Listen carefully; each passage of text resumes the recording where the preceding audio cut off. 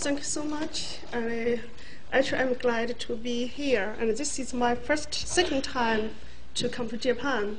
I was in Japan in 2005. I'm really very excited because we had the same problem which you have, I think, 10 years ago. And also, you have did excellent work on the underground and railway, actually. And also have they treated much better than we are currently facing in the congestion. Yeah, my presentation is I give just a brief China transportation development policy, particularly for the urban transport for the low carbon city in China. I'm working in the China Urban Sustainable Transportation Research Center, which is a part of the Administration of Transportation. And I also am secretary of the Technical Committee of the National Urban Passenger Transport Standardization. I will give the three parts in my presentation. The first, the background and the key challenges, strategic priorities, and key policies proposed and actions. At last, I will give the 5 minutes for one video, which is also related to this one. As we are labor, actually, we are the fast-growing urbanization country, and every year there is 1.5% of the urbanization. And also, we are coming to the vehicle society. And every year we have about 150. Every day I have 1,500 cars in Beijing increasing, and in many of cities from the 60 to 40 the different areas in the city. But that is the very rapidly increasing of the car. And just Professor Peter have told us the same trade we are currently facing. And also we had the very fast growing as the other country does not. Here is the table shows from the 20 to 40. Japan have been taken 30 years, and China have taken 22 years for the same time period of the urbanization. But in Britain, it's 120 years.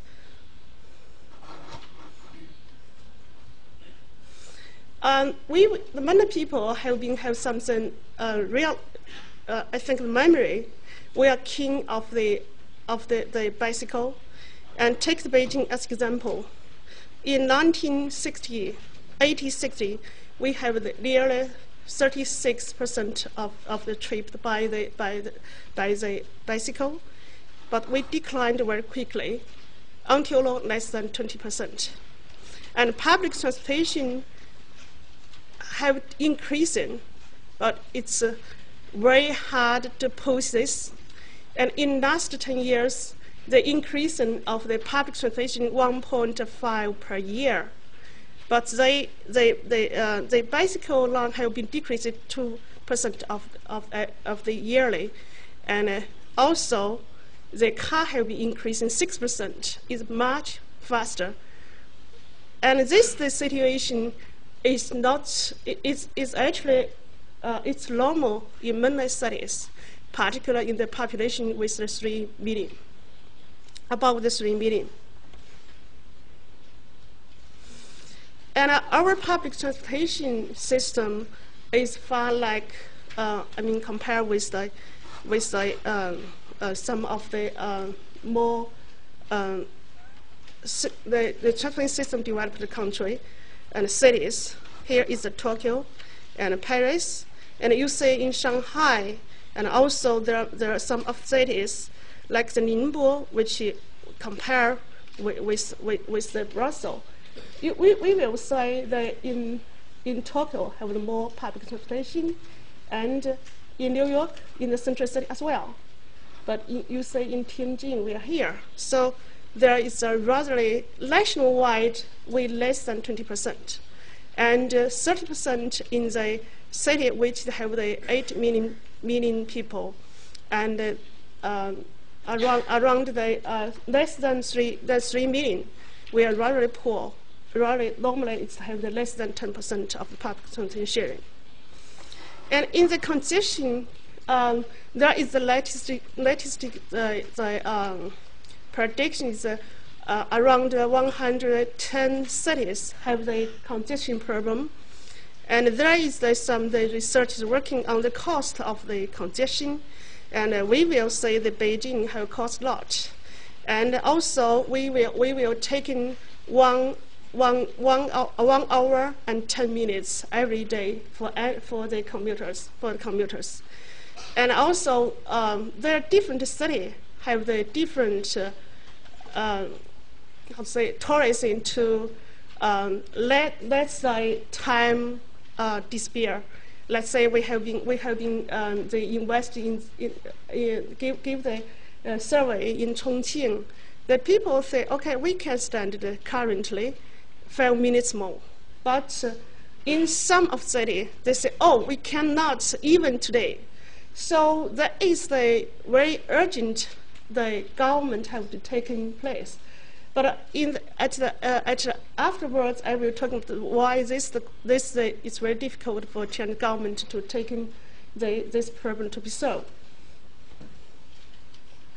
In Beijing, the daily congestion time has been increasing from the 3.5 hours per day to 5 hours. And the biggest one, it's called the biggest congestion in the world, is September 17. That is because we have the mid-October holiday, and also it's Friday. They mix together, and also there is a little rain because we have not so well developed for the irrigation system. It's the drainage system is not so good, and so also the several very high officials, central government have been on the road. That's the problem. They have been signed a lot of the documents through the different way to the MOT as well as to the Beijing government. At the meantime, with the increase of the cars and the oil consumption have been increased, it's estimated it will be 75% at the 2020. And annual increase, it will be more than 10%. And also you see here, and here is the American, Japan, and here is the Korea, which have the more in the transportation. We think we are just the beginning because the explosion of the car.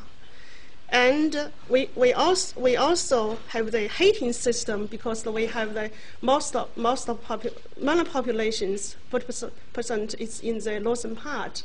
We used to have the heating system started the October until to the end of the March. That is in many cities, the heating system currently is the bigger one.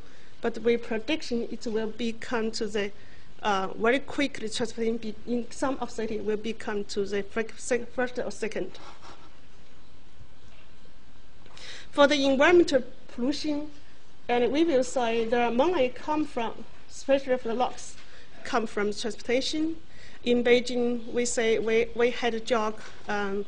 It says that the mayor of London to mix together, then they make together. We are learn from you because we had the money folks as you did, but actually that is how we treat the air pollution. That's the problem, and also that is linked is the more broadly section problem because the environmental protection currently is another ministry, and there's the national policy how linked with the transportation sector. That is a challenge.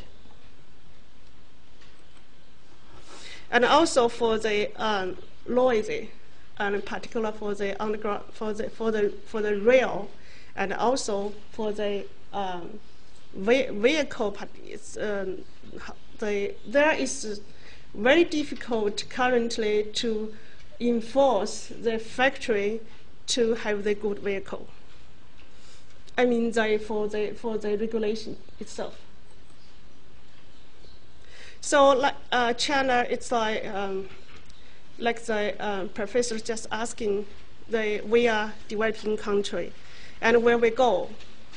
And actually, the smiling call, it shows that if we cannot properly treat the private car, then we will have the problem.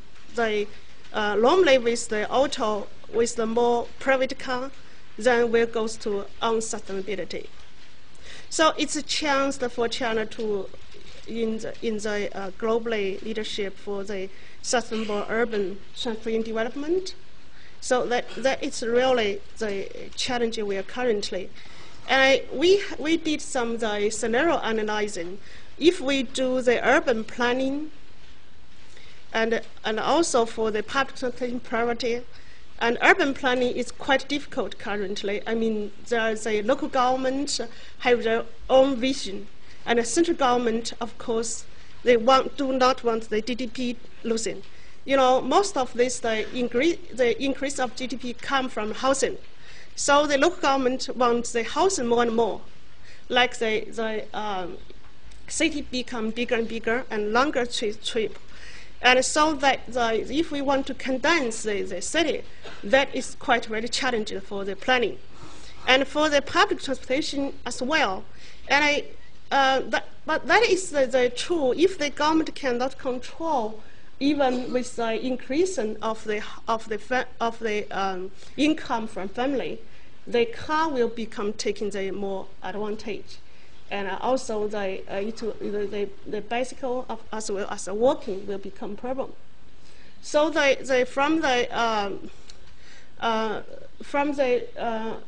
actually we hopefully we can have the low energy consumption transportation mode and low environmental pollution, but also resources consumption, particularly for land, because the land, current street or actually the land used for the public is still limited, and the low accident rate and low financing bonding.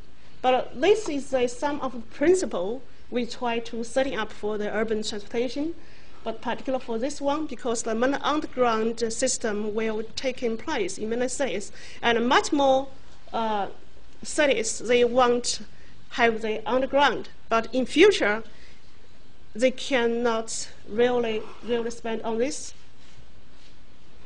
And for the CO2 emission, China government have the national target, is working on the CO2 CO2 emission decreased the 40 to 50 is compared to 2000 to the 2020.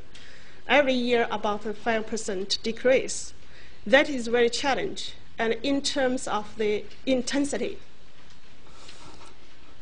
So for the GDP increase, it will be decreased 60%. That is the decrease in the energy consumption, and we will say already achievement in the industrial side. But it's very difficult in the housing and transportation sector, and we had the evaluation for the 11 5-year planning in the first of the 3 years. That is only two sectors which did not meet the national target. That is transportation and the building. And then the goal above this goals is requirement from central government. So they got the transportation sector itself also have been. We have the certain numbers given by central government. But let's have a look at what's the current status we are. And the share walking, bicycling, and public transportation, we are quite well. You say there's particular, except Beijing, but we are among the city with the 3 to 5 million populations. The city is quite well. So we will go.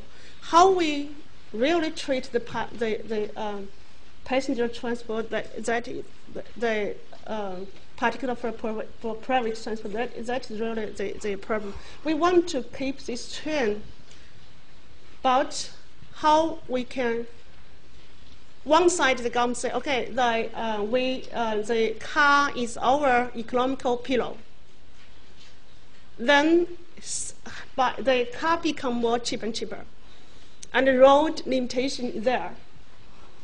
So the problem is how we to promote our public transportation for more people, because the city become too big as well. So the public transportation, the government have been taking as the first one priority. And I have, before I come here, I have read the books which is a recorder of the Premier Zhu Rongji, which 5 years ago. He is the head at the last we call the central government committee. He pointed out the two questions. One is public transportation, and the second is democracy.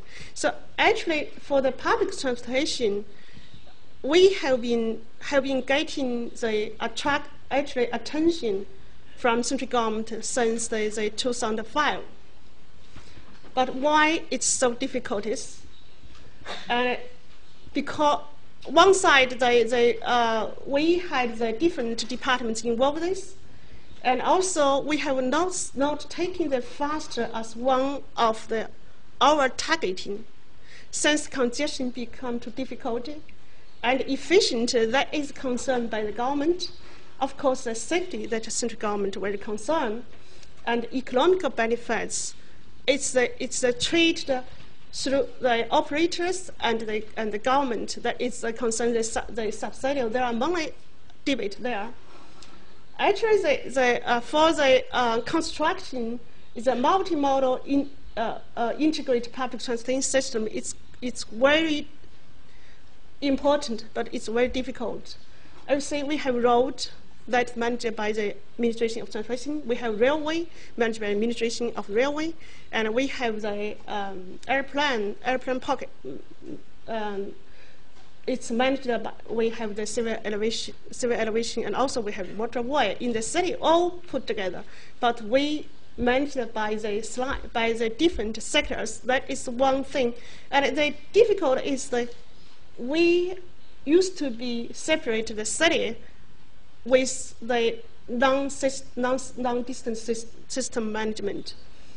And also for the high quality service, that is our objective. But how we give the time on the schedule.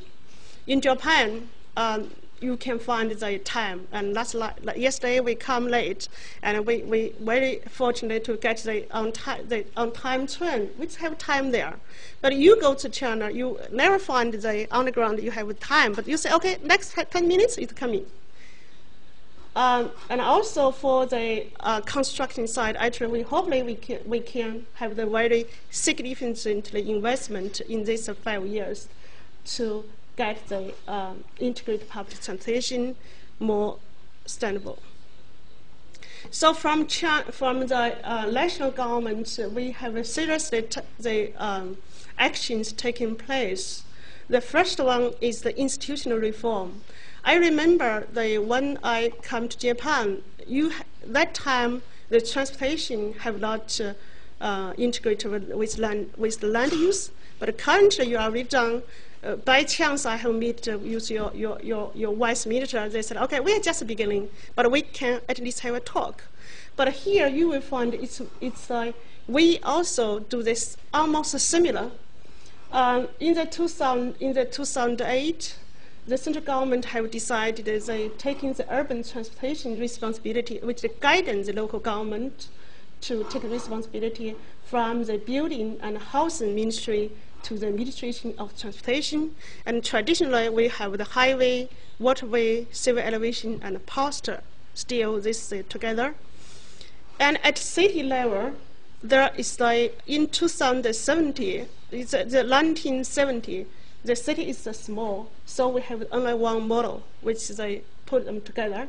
But later on, with the increase of the city and also increase of economical, we have different models. And in this one, we sometimes have 6 or 7 departments involved in transportation. And this one is in the road transportation, which managed by the one transportation department. And come to here, and through this central government reform, we are come to this one. But still, in some of the city, we already gone this one, and the Shenzhen is the example. You will see we have the very complex institutional reform. And I'm glad, actually, I'm as a part of the team to working with the minister on the guideline for the institutional transportation reform in the central cities. And we had the monthly discussions among the different officials, as well as we have the consultation with the different departments at the city. And currently, there is 100% of the private department of transportation have the responsibility to guide the urban transport, and 5% of the city urban transport department already have the responsibility for the buses, taxis, and underground. It was before it belonged to another departments. And also, you will see along the Yangtze River, they have the more advanced, we say, the institutional, maybe because of the economic. And also, I think we might try to do some researches on different status of the development regarding the urban development as well. And here is example for Shenzhen. And you see here, we have been taking the policy and planning decision making from the NDRC, it's a local NDRC, the national reform, development reform, and also have been the planning. There is a planning authority have been divided into some part from transportation, some part goes to the housing. So that is already changed. As well as some police have the responsibility original for the safety, but you will see many facilities like the lights, and also for the sign as managed by the policeman. And in Shenzhen, also partly it's designed by the transportation, and also for the data which can collection by the policeman, but will be integrated with transportation authority. All the data will open for the public. It will be by the Department of Transportation, as well as there is the decentralizing of the power, because like the city, Beijing and Shenzhen, it's very bigger. Only one authority taking the whole responsibility. It's not be possible. Like in the parking, it's very localized, the management, and so there is the district, the transportation department have been recently recreated in Shenzhen as well. And through this, the institutional reform, there is the very important change is that they reclassified the road. It was before we taking this as the national road and a provincial road and highway, whatever, but they're all in the city. So reclassified as the function. So, and that is the really changing. And also that is the department to say it's only one currently in the city. It says that we will be responsible for the congestion. And still, in many cities like Beijing, we are struggle. Who will responsibility for the congestion? It's a policeman or the transportation. Even there is some problems asking for the transportation, but they will go together. Okay, your responsibility. So that is some very critical, important reform. But if we're looking at the future urban management, that have to be like at least like Singapore and also Shenzhen, have to be more changing. And secondly, we have the national public transportation planning, and also that is the first time in the China economical development planning. It says that the urban transportation is part of the development of the national, have been very clearly in the national planning. And also the MOT have been accordingly have their planning for the public transportation development. It's like how to say it's like used to be we have many infrastructure there, but since there is the responsibility transfer, then we try to change. It's like transportation is not only for the infrastructure, like as a city construction part, but also have to be more than concerned for the people movement. And so there is coming to the previous 2005, Permit 1 have been talking about the private public transportation development, and so that is still will into the detailed implementation side. And to planning the rail transit network, and put for the rail transit network, that is the one of the national program. And also the BRT is also one part of the, but of course that is very difficult. Later on I will spend some time to talk. And then for the guiding the private car using, and actually that is just how to say, from zero. Or actually the transportation, the administration of transportation want to say local government should to control their private car usage, particular for discourage the encourage the mileage increasing. And we had the estimation in Beijing, 40% of the car used is less than 5 kilometers. So that is very challenge. It's a very challenge for the policy side, and because the national government still have the policy there. The car industry is our pole, our the economical growth and part, and integrates the public transportation and rural transportation development. I think it's not easily to imagine how different the transportation situation. It's the service is different from the countryside and the city. And we normally say, if we go to Japan, you will say, here is a village. No, we say that is city. I think that's the dream for us. So the central government also taking the goal as they decrease the difference, the transportation service between the rural transportation and to the public in the city, because the city government normally gives a very heavily subsidy for the buses, but for the village, they are poor, but the government have not decided to give the money for them to operate. And also we have the objective to the different cities. The city with over 10 million population, and rail transport will as the main body, and cooperative network and buses. And then the 3 to 10 million, which dominated by buses, with rail as the supplementary. And also we had the city with the less 1 million, which will be dominated by buses. That is the kind of the guidance policy. And we had some analyzing the gap analyzing for the public transportation structure between the city have the more population.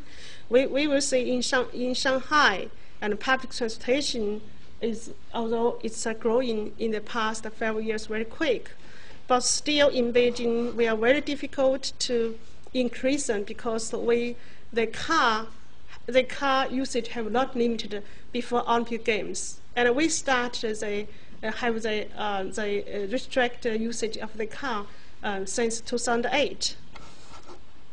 And also, in your country, you have more public transportation. And from the 3 to 10 million population, and we also have some city. You will say in Chengdu, and walking and cycling is 1/3 of that. And actually in Guangzhou we have more. And but the public transportation we have left behind of them. And in Hong Kong, they are more working on the buses as well as on the ground.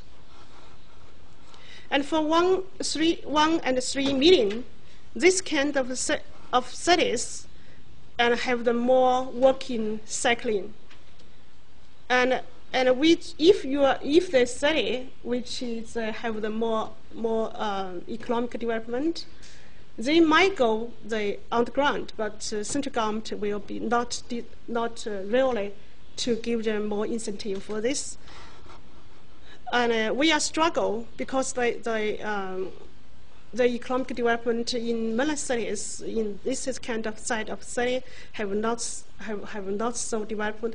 So we are struggled. Could it be possibly with the buses can service with such a demand for the public transportation? So they developed the combination transport model with the basic working and on the ground, as well as the BRT or the BRT plus TOD. That is our choice. And also for the public cycling is one of the program in China. We are really working in 16 cities.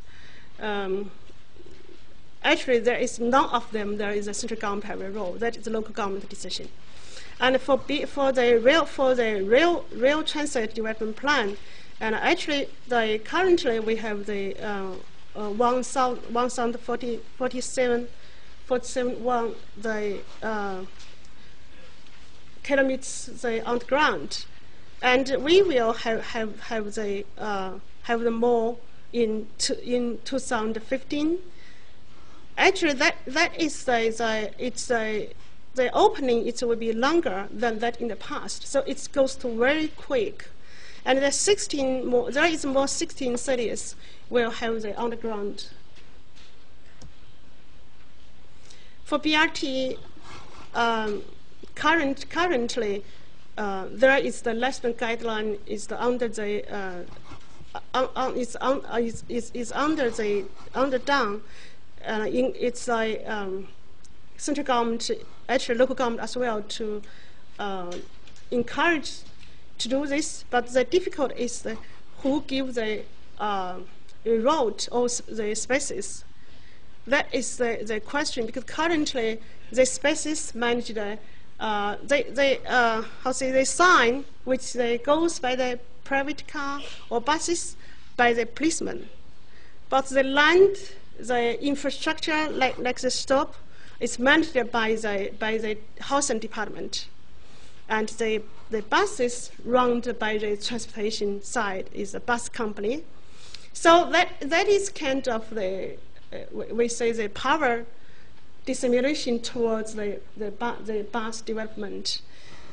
And we will say there are many cities which already have the planning, but once guys come to the implementation, that is the way we are doing.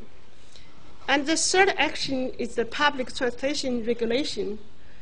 Actually, that is the public transportation have been started 10 years ago, but they have the monthly discussion, but still have not come yet. It's scheduled, it will come next year, and MOT have been putting for a lot of effort on this, and because here, important is keeping the government as the major provider of public transportation, because 10 years ago, mainly buses have been sold for the private, because there is no regulated subsidy given to them, and some of them are really just given up and disappeared one overnight. Then the employee and buses cannot work in. That is one sequence. And another is they are just asking for the subsidy, but the service is quite really the problems for the public.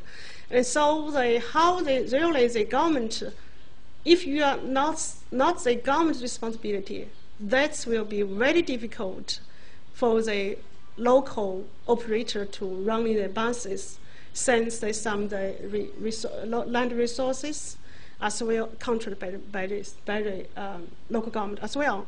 So in that regulation, keep the government as the major provider. Of course, they can managed by the private, but the major responsibility will be the government. And also the local investment and land requiring for the public transportation, it will be part of the documents, and the institutional and also cooperational scheme, particularly for planning. Today we already signed the transportation impact analysis. It's managed by the transportation, but there it was not there. And also once we had the mainland we called sleeping town. The housing there very beautiful, but the bus service is not there. The people once they sit there, then say, okay, the bus is coming, but you say there is no stop, and also the lines are not there. So the public transportation left behind of this design, and in here very clear say how you cooperate at the beginning of planning, and also decentralize the power like the TDM. If there is needed in your city, then your local government can have the law regulation. I remember 5 years ago, actually still today continue, the Beijing government and also with the Shanghai. Shanghai had the 16 years, they had the policy to reduce their car ownership, actually. And Beijing have hesitated to do this, but you say there is a real disaster when the car comes. And there is a local decision, but in the central government they really have a very huge debate how we can really treat this. Like, one side is the economic development, another side is how we really can keep the GDP increasing without the car. So there, make the local government make the decision. We have been discussing long time. I try to learn from the London with the congestion charge. From I know is at least 10 cities already have their own plan, but they will never announce and say, okay, I will do it first. They might just looking, but they say the kind of regulation really working there. They can announce as they want at a time. So there's what kind of the structures for buses and rail, and also how we manage the taxis. I don't know here your taxi managed quite better than we are. I think because in China city we have 660 cities, and their scheme is totally different, and the driver goes to the local government to say, okay, my salary is too small, you give me more. So there is really it's a regulated trade. So we say, okay, if we really want to manage the public transportation, then we have to treat it with regulation. And of course, there is who will be the supervision for this of the quality and finance. And I think those of days there will be the national public transportation priority a policy guideline will be issued by the central government, and this is the effort, the core effort from the Administration of Transportation and the NDRC, and we are working as a team together to actually working on this. As I have told before, there is how we can really to take in that is the in there actually the huge debate is the who gives the money, or actually what's the central government give the incentive. Does the central government give some of money to guide the local transportation, the local city transportation, or what kind of policy given? And here, actually, at last, although we already prepared several package kind of how the central government finance, at last the NDRC, MOT, and the Ministry of Finance have not really agreement for the finally, but they do give some of the incentive for the local government. What they want them to have the housing development. That is that it's kind of the TOD. The company can have the land development related to the transportation. The 5.1 is the urban passenger transport standardization, which is I'm working for that the committee, which prepared. We are prepared for the national committee for the urban passenger transport standardization, and actually they have a very huge job we have to work. It's including the buses, taxis, railway, and rent car fares in the city. That is very broad range. And in terms of the safety, security, network, and also energy safety and CO2 emission, whatever here, which there will be the we have the 15 experts working in this committee, and it will start next year. Currently, we are planning. And from the road capacity, operation, finance, maintain, and information ITS, how it works. That is the difficult one, but we think it's a very important one. And as I told before, there is the public transportation, the legislation. We try to have the central government finance, but that is it's kind of the still discussion on the larger part of the separate policy will be for the next 2 or 3 years. We don't have no time yet, but that will be done. And here it's somewhere in that the document more likely working on the local government. The local government have to have the special fund for the public transportation. If they not, they will not apply for the central government transportation project, whatever there. It's including highway, whatever. And also we are trying to really to say how we can take in the public transportation.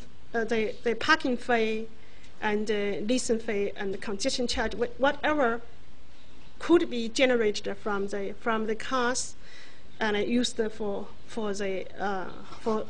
this the foundation fund.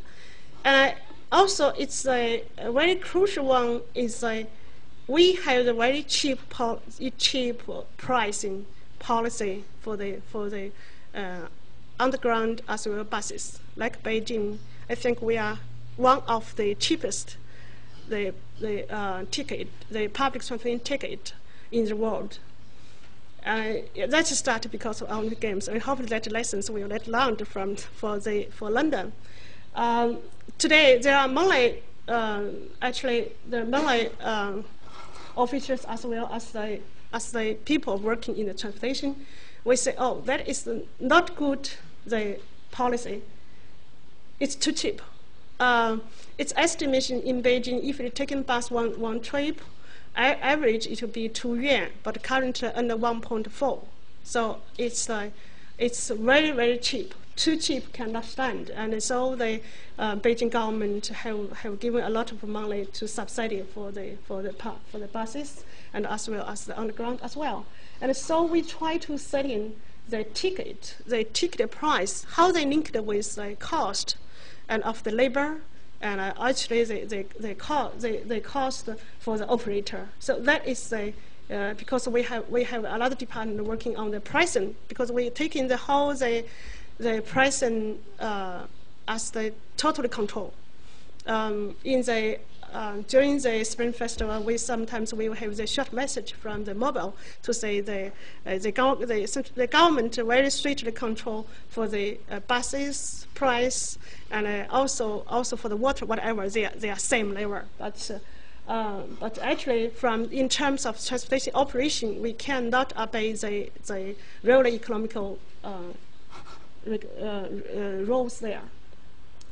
And that is very challenging for the project-based investment, because currently in Chinese system, the transportation still managed by the construction, more towards to the construction project-based. And also that is decision making, it's by the NDRC, it's not by the transportation. So that is still the challenge.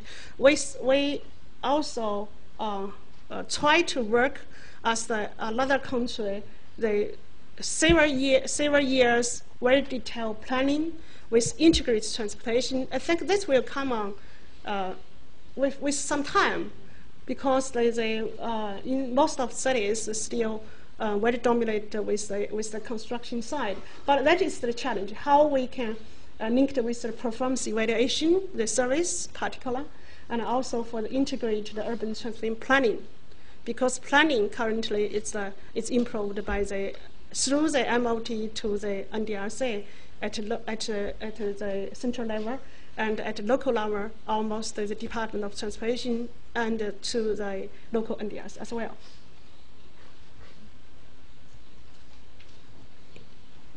So they actually come to the plans. We propose, actually this is a proposal. We proposed a few taxes as in USA, UK, and other countries. The fuel tax is one part of the important for the resources for the public transportation and vehicle purchasing. And currently in that the national guideline, we only get the buses. It will be not given the money to the local government, because they are for the public. But for the National Public Transportation Fund, as I told before, have not get the full agreement. And currently we have this go to the highway and waterway, but none of them go to the public transportation. And here, and we also try to go, we have the central government transfer to the local government. They have the water supply, education, whatever, but public transportation is not there. So we proposed the local public transportation fund through the land value, and currently there are about 50% of the city income come from land.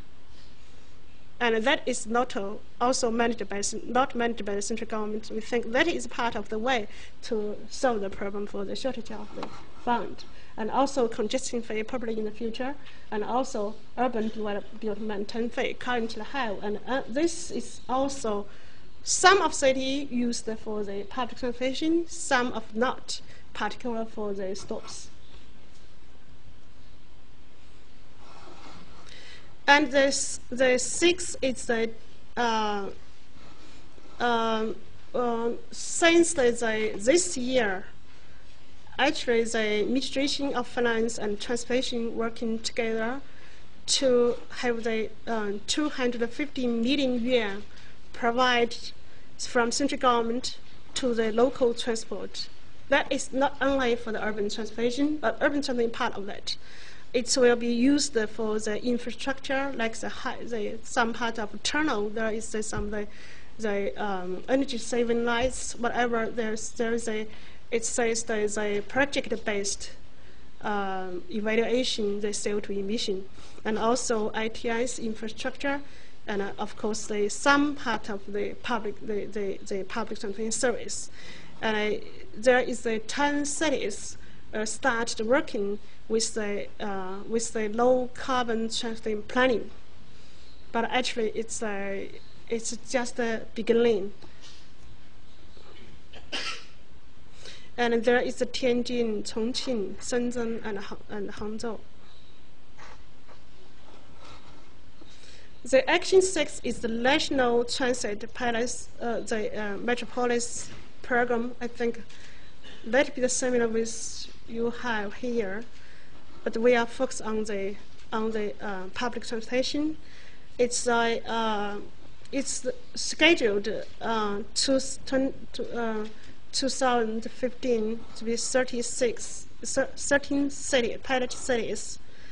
And that is the action cooperated with MOT and with the local government.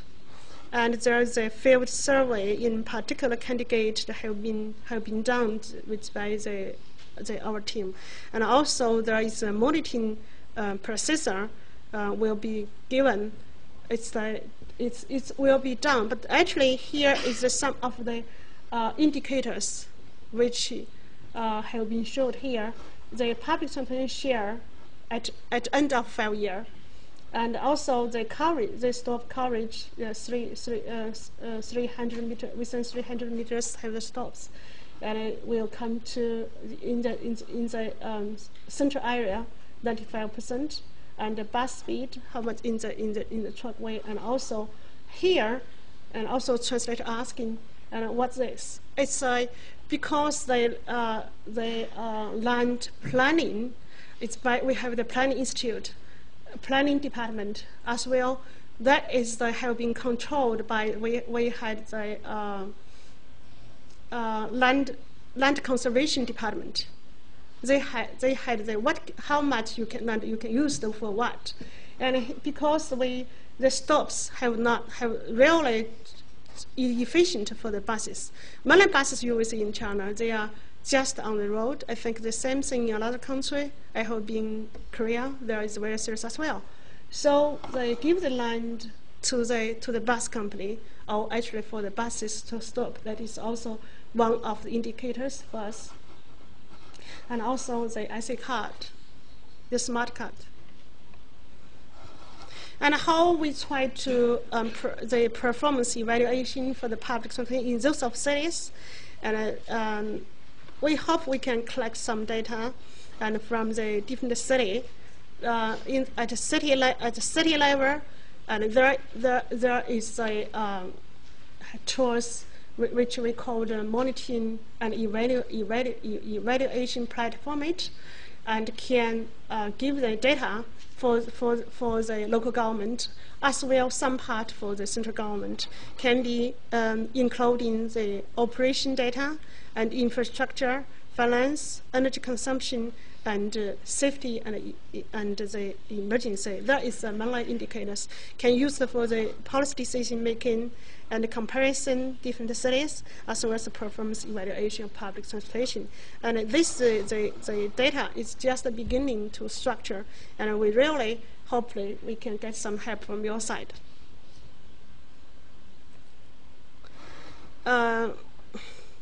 Basically, some of data, it will come from the company, with the passenger flow data and the vehicle information, and also the operation data. Then come to the monitoring and evaluation at the city level, and then come to some part, if the city, they want to be the metropolis city, then the public transportation dominates the metropolis city. Then they can join to this program and have the data come through the local authority come to the MOT as well. And this initially we done in Zhengzhou, and actually since as before I told, the institutional reform have been just taking place in 3 years, and some of the local government is very weak. I mean, we ask them what kind of data you need.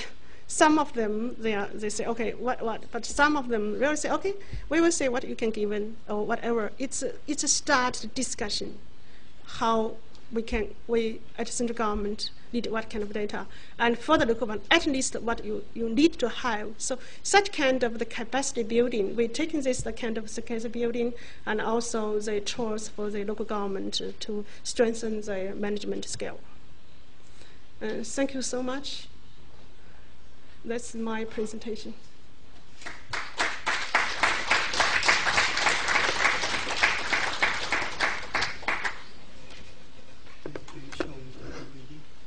Oh, yes.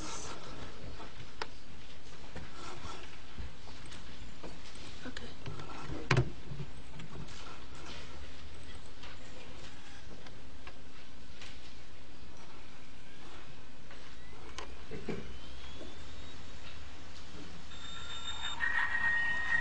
Since 1980s, along with economic takeoff in China, another major change was taking place. Fast urbanization and cars entering into private life. Economic prosperity goes hand in hand with problems with urban transport. Congestion, air pollution, greenhouse gas emission, and identifying climate change are becoming urgent problems for China. These problems also challenge cities in the world.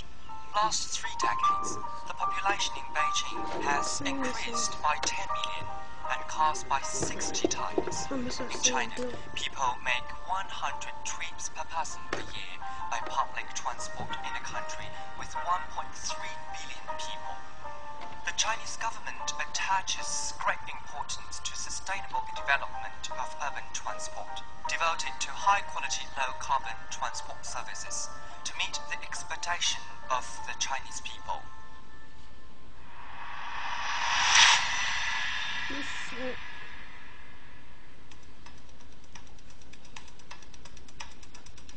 In 2006, China Urban Sustainable Transport Research Center, COSTRAC, was established to meet the challenges. As one of the 10 work centers of excellence set up by the Volvo Research and Educational Foundations, to explore and generate comprehensive solutions to urban transport for future cities. In the last 5 years, supported by the Volvo Research and Educational Foundations and the Chinese Ministry of Transport, COSTRAC has grown from a project of 12 people to a national think tank with 40 scientists and researchers. Our mission is supporting policies, actions through evidence-based scientific research to promote the public-oriented city development and deliver safe, efficient, low-carbon transport system. 求实、创新、开放、协作。 We have made great achievements in policy support, transport strategy and planning, technology development, and low-carbon transport.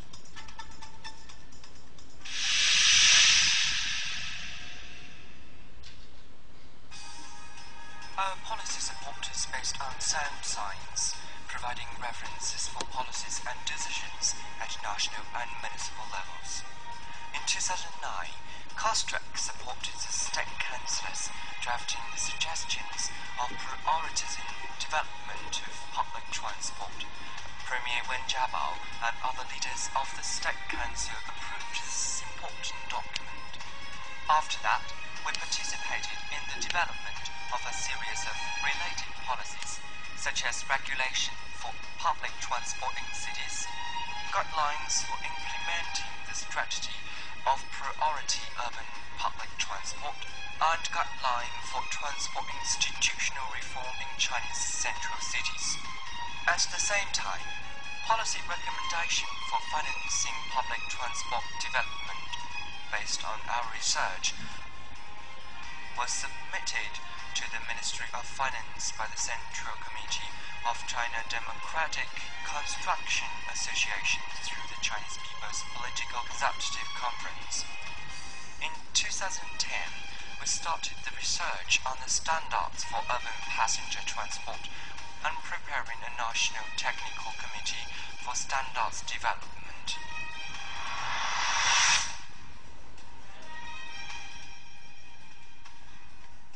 Our strategy and planning group aims to provide strategic and technical support for sustainable transport planning, policies and management at national and municipal levels. In October 2010, we joined the research on development of the 12th five-year plan in transport sector. In 2011, our research has been applied in supporting the National Transit Metropolis program and BRT promotion.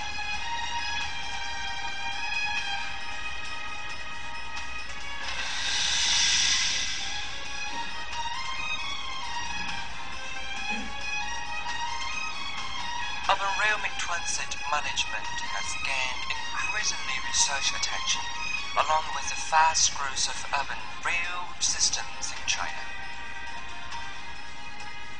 We have made a series of research achievements in rail transit operation and management, emergency management, planning and operation.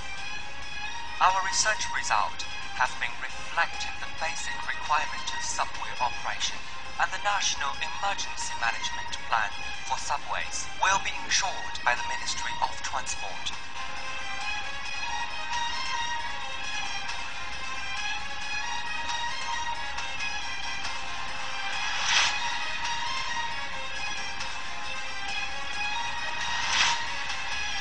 Information and communication technology is crucially important to ensure effective management and operation of public transport.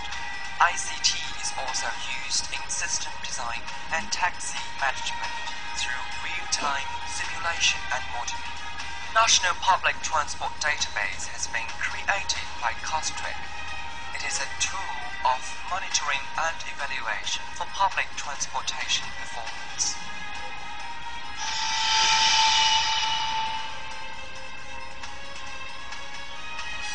The research on low-carbon transport target directly at the rapid increase of carbon emission in China.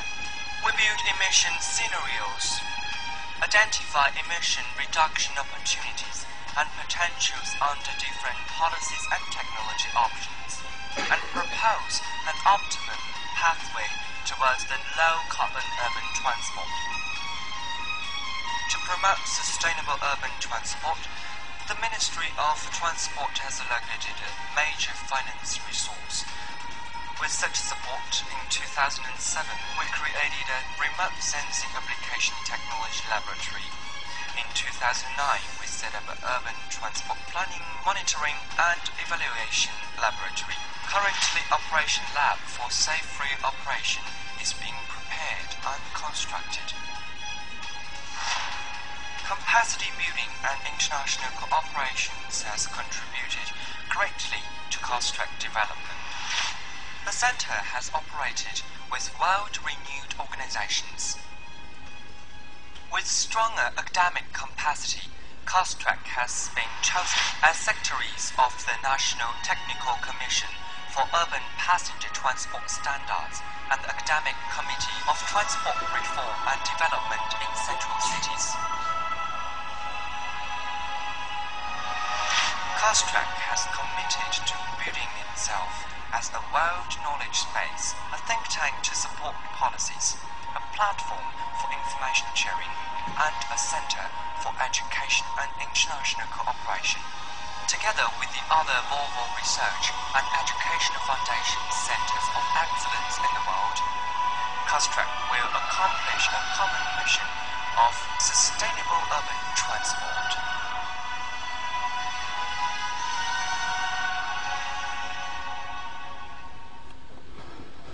Thanks so much. That's a very short video for the center itself.